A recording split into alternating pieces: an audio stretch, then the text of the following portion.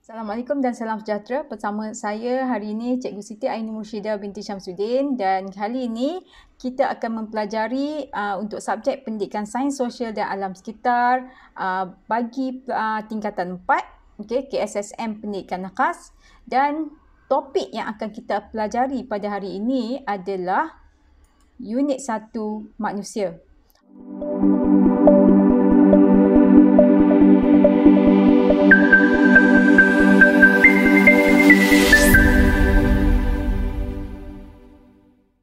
Okey, sebelum kita teruskan pembelajaran kita pada hari ini, mari kita lihat standard kandungan dan juga standard pembelajaran untuk unit 1 manusia. Okey, standard kandungan yang pertama adalah sistem pembiakan. Seterusnya kita tengok pada standard pembelajaran bagi topik ini, iaitu apabila akhirnya topik ini, murid sepatutnya dapat menyatakan maksud sistem pembiakan. Murid dapat menamakan organ pembiakan, sama ada organ pembiakan lelaki atau organ pembiakan perempuan. Seterusnya dapat menyatakan fungsi organ pembiakan dan dapat menjelaskan proses persenyawaan dalam asas kejadian manusia. Okey. Untuk pembelajaran pada hari ini, cikgu akan berpandukan kepada buku teks digital topik 1 unit 1 manusia. Okey, jadi kita akan tengok terus kepada buku teks digital. Okey, buku teks digital ni untuk dapatkan buku teks digital, cikgu dah letakkan link ataupun pautan yang terus kepada buku teks ini, iaitu daripada pusat sumber iaitu Rak Buku Maya, Pusat Sumber Digital PPKI SMK Orkid Desa. Boleh terus dapatkan buku teks digital daripada pautan yang ada pada deskripsi video ni. Okey, jadi kita tengok terus kepada unit 1 manusia. Okey, apa yang dimaksudkan dengan sistem pembiakan? Okey, kita dah tengok unit 1 manusia ni daripada tingkatan 1 hingga tingkatan 3. Okey, tapi pada kali ini untuk tingkatan 4 kita akan mempelajari unit 1 manusia berkaitan dengan sistem pembiakan manusia. Okey, untuk sistem pembiakan manusia, kita perlu tahu bahawa sistem pembiakan manusia ini berfungsi untuk melahirkan anak. Okey, jadi untuk menambahkan zuriat lah. Okey, tujuannya adalah untuk memastikan kehidupan kita berterusan dan ciri-ciri warisan dapat diturunkan dari satu generasi ke generasi akan datang. Okey, itu adalah antara fungsi utama bagi sistem pembiakan manusia. Sebab kalau kita tak ada tanpa sistem pembiakan ini, maka kita tak dapat nak menambahkan zuriat, dan satu lagi fungsinya adalah untuk memastikan kemandirian spesies. Iaitu di mana maksudnya kemandirian spesies ini adalah untuk memastikan kita tidak pupus, akan ada secara berterusan dari satu generasi kepada generasi yang lain. Okey, ini yang ditunjukkan oleh gambar-gambar yang ada pada buku teks ini. Okey, semuanya berkaitan dengan manusia. Dan di sini kalau kita tengok, okey, celik ilmu, melalui perkahwinan manusia dapat melahirkan anak untuk meneruskan keturunan mereka. Inilah dimaksudkan dengan kemandirian spesies, iaitu spesies manusia lah. Alright, seterusnya. Okey, bagi sistem pembiakan. Okey, yang pertama kita terus masuk kepada sistem pembiakan. Okey, apa yang dimaksudkan sebenarnya dengan pembiakan?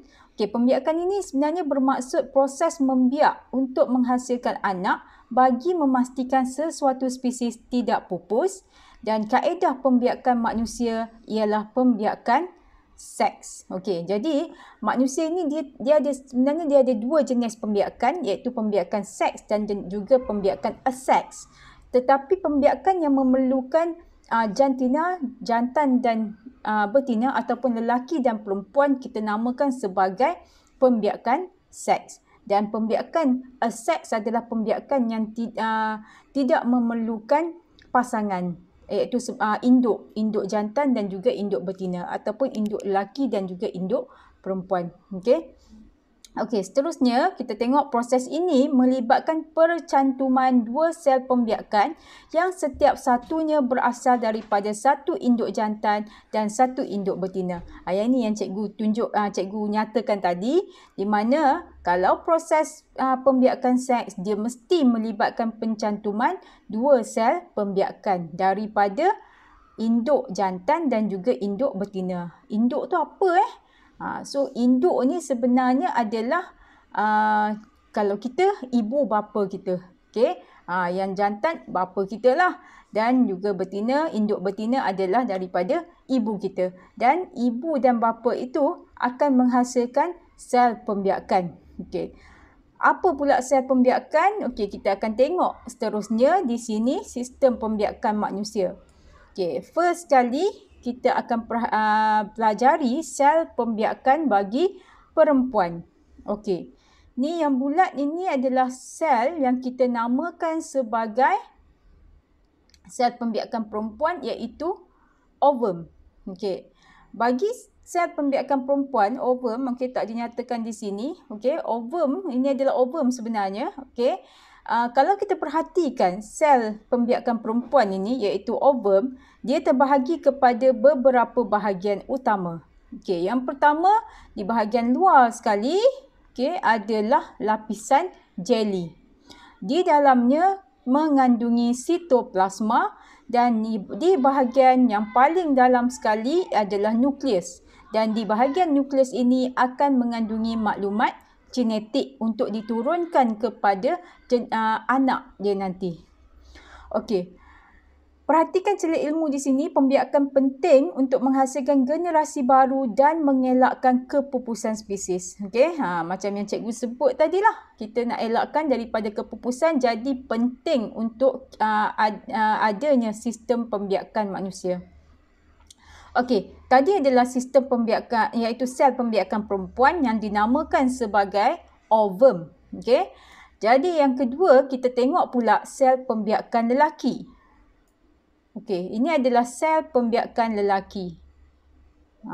Nampak macam berudu pun ada. Okey, ini sebenarnya adalah sperma. Okey, nama bagi sel pembiakan lelaki adalah sperma. Okey. Dan sperma ini dibahagikan kepada beberapa bahagian iaitu yang pertama di bahagian kepala dan juga bahagian tengah. Okey. Di dalam kepala ini terdapat nukleus. Okey, kalau kita perhatikan persamaan antara sel pembiakan lelaki dan juga sel pembiakan perempuan adalah kandungan nukleus. Okey, di mana nukleus ni mesti ada. Okey, adalah satu bahagian yang wajib ada, yang mesti ada pada setiap sel kerana ia akan membawa, dia mempunyai struktur DNA iaitu yang akan membawa maklumat genetik daripada induk kepada sel anak nanti. Okey, yang ini apakah perbezaan pembiakan manusia dan juga tumbuh-tumbuhan? Okey, sebenarnya pembiakan manusia ini dia tak ada lain, dia adalah pembiakan seks. Okey, dan pembiakan tumbuh-tumbuhan dia ada macam-macam jenis, sama ada pembiakan seks ataupun aseks, dan aseks dia pun terbahagi dengan banyak jenis. Okey, jadi kita tak akan belajar kat sini pembiakan tumbuh-tumbuhan. Kita hanya akan fokuskan kepada pembiakan manusia iaitu melalui pembiakan seks. Alright, seterusnya kita akan pergi terus kepada organ pembiakan manusia.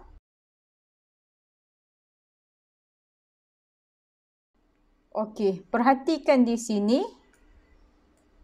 Sekejap. Okey, organ pembiakan bagi lelaki. Okey, kita akan tengok dulu organ pembiakan bagi lelaki. Okey, ini adalah gambar rajah yang menunjukkan organ pembiakan lelaki, di mana organ pembiakan lelaki ini terdiri daripada skrotum dan zakar, iaitu bahagian luar. Okey, bagi bahagian luar dia mengandungi skrotum dan zakar, dan testis, uretra, kelenjar prostat, ductus sperma dan vesicle semen, iaitu yang berada di bahagian dalam yang kita tak nampak. Okey. Okey, kalau kita perhatikan di sini gambar rajah, okey, kita mesti tahu iaitu cara ataupun melabelkan. Kita mesti tahu melabelkan bahagian-bahagian bagi struktur organ pembiakan lelaki dan juga perempuan. Okey, kita perhatikan ini adalah bahagian luaran iaitu zakar. Okey, kemudian ada skrotum. Okey, dan di dalam skrotum terdapat testis. Okey. Dan di sini kita ada uretra iaitu salur yang berada di tengah-tengah zakar. Kemudian di sini uretra ini akan dihubungkan dengan kelenjar prostat. Dan di kelenjar prostat di bahagian atas ada vesicle semen. Okey, di sini di mana dia ada fungsi tertentu macam vesicle semen, dia adalah berfungsi untuk menghasilkan semen. Okey, semen bukan semen yang digunakan untuk tampal dinding tu. Okey, ini semen lain, nanti kita akan tengok. Okey, ductus sperma, di sini kalau kita tengok ductus sperma ni itu satu saluran yang akan berhubung terus dengan testis. Itu nama dia ductus sperma. Nampak tak dia hubungkan vesicle semen dengan testis. Okey. Dan kita akan tengok seterusnya fungsi dia, apa pula fungsi ductus sperma ni. Okey, seterusnya bagi organ pembiakan perempuan, organ pembiakan perempuan terdiri daripada faraj iaitu di bahagian luar, uterus, cervix, ovari dan tube fallopian iaitu yang berada di bahagian dalam.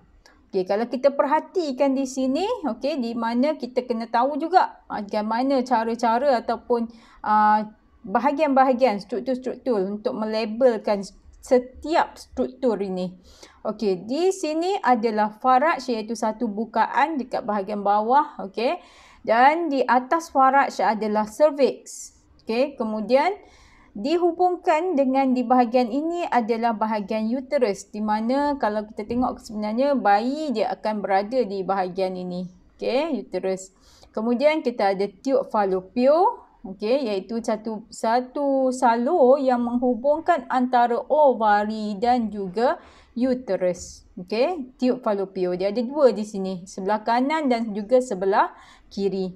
Ovari pun sama, dia ada sebelah kanan dan juga sebelah kiri. Macam tu juga dengan yang struktur pembiakan lelaki tadi, testis ada dua, sebelah kanan dan juga sebelah kiri.